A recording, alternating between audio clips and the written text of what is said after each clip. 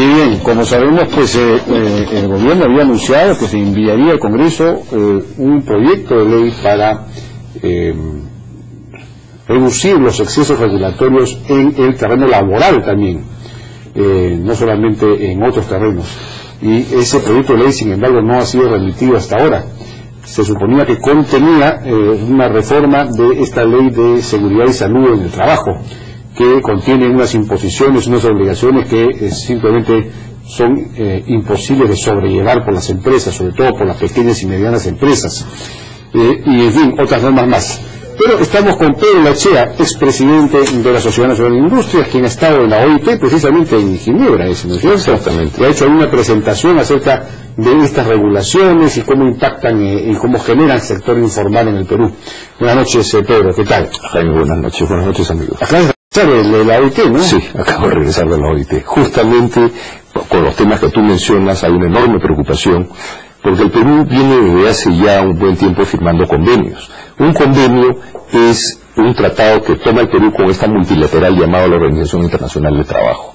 Por lo tanto, nos comprometemos contractualmente a cumplir estos contratos. De acuerdo a la Constitución peruana, eso precede dentro del cuerpo de leyes a la legislación nacional. O sea, tenemos que atenernos a los contratos firmados. Entonces, toda esta legislación, por ejemplo, de salud en el trabajo, todo este arbitraje potestativo, ninguno ha pasado por el Consejo Nacional del Trabajo. Así para que entienda rápidamente el por supuesto, es el convenio 144 firmado con la OIT. El Perú ha festinado, el Congreso ha festinado los trámites y no ha pasado a través del Consejo Nacional del Trabajo. El Consejo Nacional del Trabajo es una obligación que ha asumido el Perú ante la OIT, cosa que ha preocupado mucho en las empresas. ¿Esas leyes son nulas? Esas leyes técnicamente son nulas. Técnicamente han debido ir en consulta primero al Consejo Nacional de Trabajo y con un informe pasar a debatirse y verse la conveniencia y los problemas. Muchos de los efectos que hay tienen también a la representación sindical preocupada, porque estos son extremos que no hacen bien, porque los extremos generan bandazos. Tenemos esta presentación, a ver si podemos ir viendo rápidamente algunos de los cuadros que nos ha enviado Pedro Lachea, que presentó. Bueno, ese pasémoslo porque no tenemos tanto tiempo, ese también lo podemos pasar.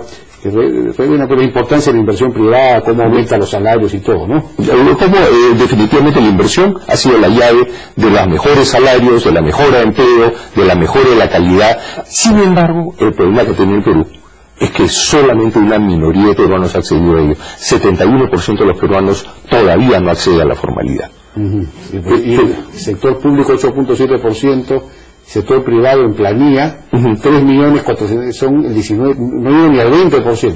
Entonces, el tema que se fija en la OIT con preocupación es que el día de mañana, que la gran mayoría de peruanos, que le está vedado llegar a la formalidad, porque realmente se les está vedando por los altos costos, van a tomar una opción política de simplemente limpiar este sistema que interfiere con su desarrollo. Bueno, pero no hay conciencia de clase, como diría Carlos Marx, en los informales. Ellos no son conscientes de que no pueden formalizarse por culpa de las reglas estas. Lo que pasa es que estás haciendo cita de 1848, ya vamos a ir pasando más atrás.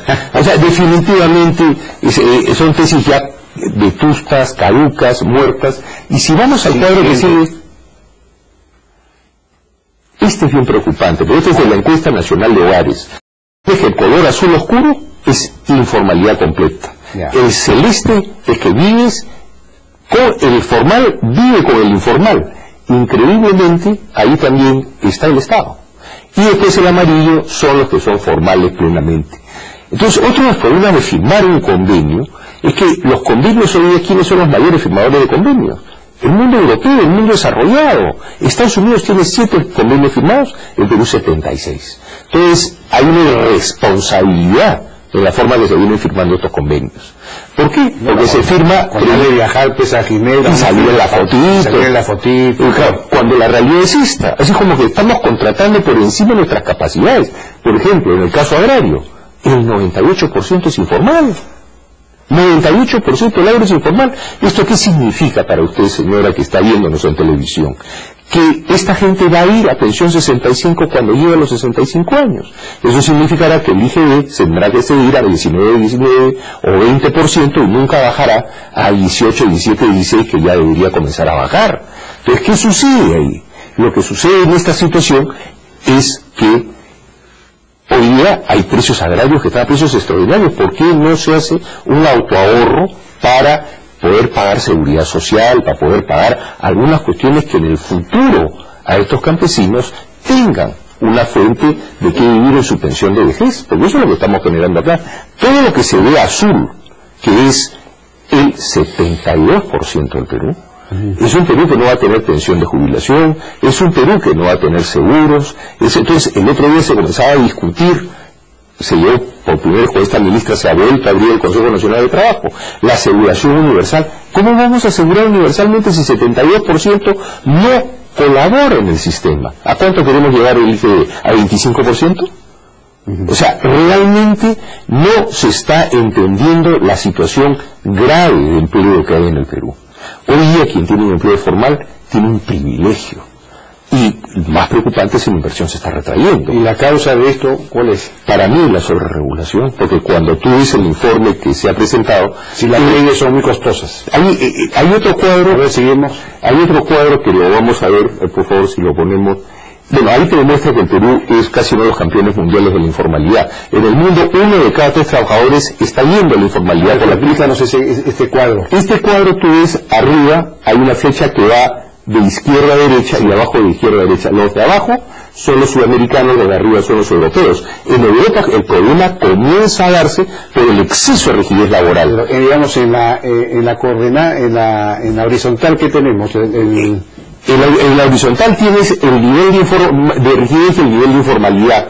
Entonces, la rigidez con la rigidez está en la vertical. Exacto, en la mientras más arriba estás, más rígido es tu. Por ejemplo, el Perú está en la parte alta. Exacto. Significa que su legislación es muy rígida. Y abajo, muy informal. O sea, los dos se combinan en esa dirección. Por favor, si podemos ver. Siguiente. Ya, esa es la grave. ¿Por qué? Porque te demuestra que a donde deberían haber más compañías en el Perú no la hay, que son entre 11 y 50 trabajadores.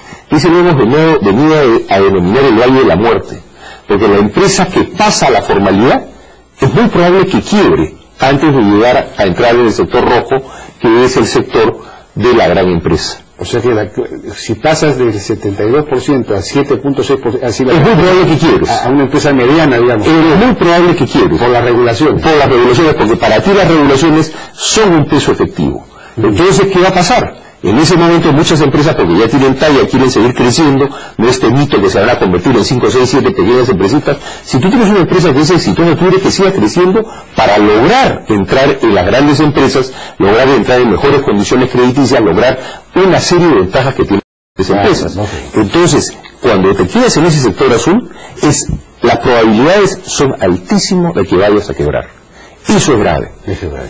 Bueno, tenemos que ir, me permites, a una pausa, me están pidiendo. Ya. Seguimos conversando entonces con Pedro Laechea, a ver si seguimos entonces con el siguiente gráfico. El siguiente, por esto repito un poco los anteriores, los cuadros. El que sigue. Y vamos a 2 cuadros finales, Jaime, por cuestión de tiempo. El que sigue, por favor. El que sigue es, ¿cuál es el costo objetivo? No nos están escuchando. ¿Qué pasa con el siguiente? La computadora se habría puesto bueno. El que sigue, por favor, el que sigue. El siguiente. Pero estos son los que siguen. Acá están todos los costos. Por ejemplo, a una compañía que tenga más o menos, una pequeña compañía puede llegar a tener 30.000 soles por el costo de seguridad y salud en el trabajo. Entonces, al final del día, el que sigue, por favor, que sigue. Tú tienes que una pequeña empresa puede terminar pagando el 8.5% de sus ventas brutas. Y estos son costos que estamos dispuestos a demostrárselos a quien quiera. La que sigue. ¿Esa? No, bueno, ahí tienes lo que va de una empresa de 10 trabajadores a una de más de 1.000 trabajadores, es $500.000 soles. Por lo que cuesta la ley de seguridad y salud en el trabajo. Yeah. O sea, le pusiste $500.000 como nada a una compañía. Es absurdo, pues, por favor. El siguiente. No, la que sigue. A ver, tenemos un enlace de urgencia con el Congreso, hay un escándalo ahí, según parece. A ver, ¿qué está pasando? Bien, seguimos conversando nosotros rápidamente. Sí, vamos a los últimos cuadros, que son los que resumen bastante bien la situación, ese sobre todo. Entonces tienes entre los costos salariales y no salariales, el Perú tendría 59%. Por eso es que subir los costos no salariales, es decir, el costo de la regulación, el costo de la formalidad. El costo de la formalidad hace que por cada sol que tú subas, te va a costar 59 centavos. Por cada más. sol que tú le pagas al trabajador. Entonces, si tú porque cada aumento de sueldo va a tener un 59% de rebote, ¿no? Que obviamente eso no y hay el costeo. No, y además reprime el aumento de los sueldos, es decir, el trabajador, el pagano es el trabajador porque no le aumentas para no tener que, digamos, aumentar tanto en otros costos. Es conforme, y además tú como empresa te vas a resistir porque eso obviamente te va a restar competitividad de manera violenta. Claro. O sea, el trabajador se ha convertido indirectamente en un modo de recaudación, en un modo en el cual su salario comienza a repercutir en otro tipo de eventos que lo encarece. Y finalmente, el último punto que preocupó muchísimo, que es el último cuadro que sigue es ya el caso concreto de rigidez e informalidad. El Perú es el país que está en la peor posición si tú combinas estos dos elementos. Entonces, obviamente, en la horizontal tenemos el costo, claro, el peso de la legalidad, es decir, cuánto cuesta la formalidad, bueno, 60% más o menos en el caso del Perú, el país, lo que veíamos antes, ¿no es cierto? El país donde los costos no salariales son más altos. Y en la vertical tenemos porcentaje de informalidad. Claro, el Perú también está justo debajo de Bolivia, apenas por esa misma razón. Claro, y lo que es extraño es que los formales en el Perú no estarían en el debate del sueldo mínimo. Entonces, ¿quiénes son los que están afectados por esto de acá? Es los que quieren acceder a la formalidad que no pueden por estos costos. Claro. O sea, el que ya está en el sector rojo de la mediana o gran empresa, ya puede decirse que pasó la ola. Los que están tratando de salir a formal son los que se van a hundir. ¿Cómo?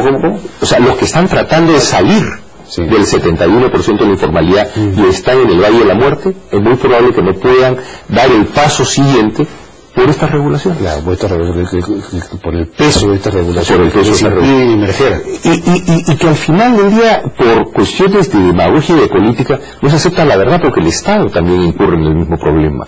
Hoy día uno de los mayores afectados en el sueldo mínimo, si vemos los cuadros, y esto es la encuesta nacional de hogares del año 2007, o sea, esto es hecho por el gobierno sobre 3.000 muertes, es una de las encuestas más exhaustivas que hay en el Perú, sobre lo que hay que preguntar a Pollo, a quien quiera. El ENAO es la mejor encuesta que tiene el Perú.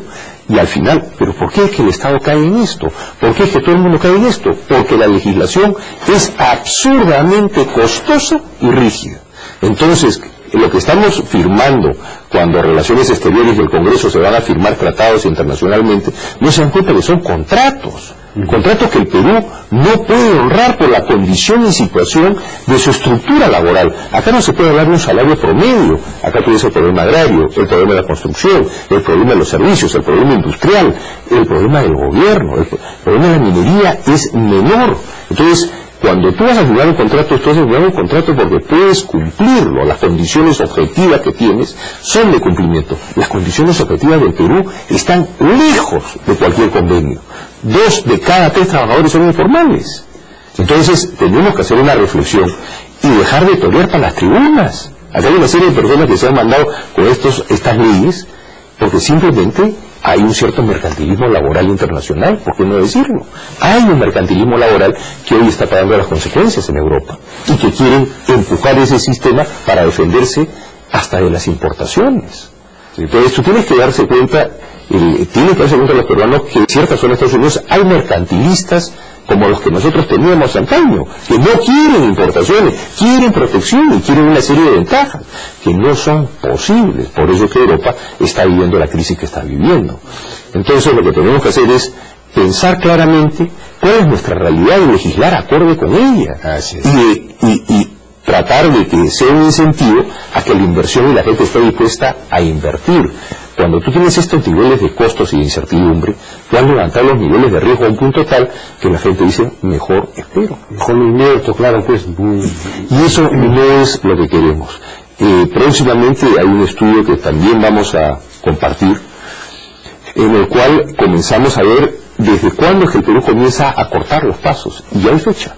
Ya hay la fecha, sobre todo, ya lo veremos, porque estamos haciendo estudios a partir de esta nueva base que ha salido del ENAO, Acaba de aprobarse la encuesta, creo que hace 15 o 20 días, o sea, hemos tenido calientito cuando me vine de viaje, hemos construido esta posición, y lo que hemos ido a hablar a la OIT es que el Perú no es que no incumpla porque no quiere, es que cuando se habla del salario promedio peruano, se está hablando de esta matriz. No puede haber un salario promedio en el Perú.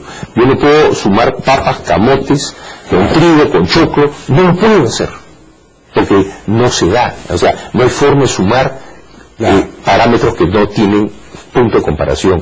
Si fueran empresas agrarias que tuvieran trabajadores y todo lo sería otra cosa. Hay una proporción importante de los informales que tienen un salario bastante por debajo del salario mínimo vital, por ejemplo. Claro. Bien, Pedro Lachea, muchísimas gracias por tu participación, felicitaciones por esta presentación, ojalá que efectivamente sirva para ayudar al país a tomar decisiones clave para reformar esta legislación que perpetúa la informalidad. Claro, y sobre todo que ha sido firmado por gente que no ha tenido la más mínima conciencia del contexto que estaba llevando al contrato. Estos son convenios. Y por lo tanto tiene que honrarse. Además, es una legislación que impide que el trabajador ascienda, mejore, tenga salarios más altos, que tenga derechos, que la gente tome riesgos. O sea, al final del día el trabajador, ¿cuál es el miedo del trabajador? Ser despedido. ¿Cuál es el miedo del empresario? Perder su capital. Entonces tú tienes que buscar una forma en que se apaciguen esos miedos y que el empresario esté dispuesto a apostar más y el trabajador a empujar más con él. O sea, una cultura como está pasando hoy día en países como Japón, como Alemania, en que extrañamente el sindicalismo clásico marxista viene cayendo. Muy bien, Pedro Lachea, muchas gracias. Gracias a ti, Jaime. Nosotros nos despedimos hasta mañana, ahora viene M Deportes. Buenas noches.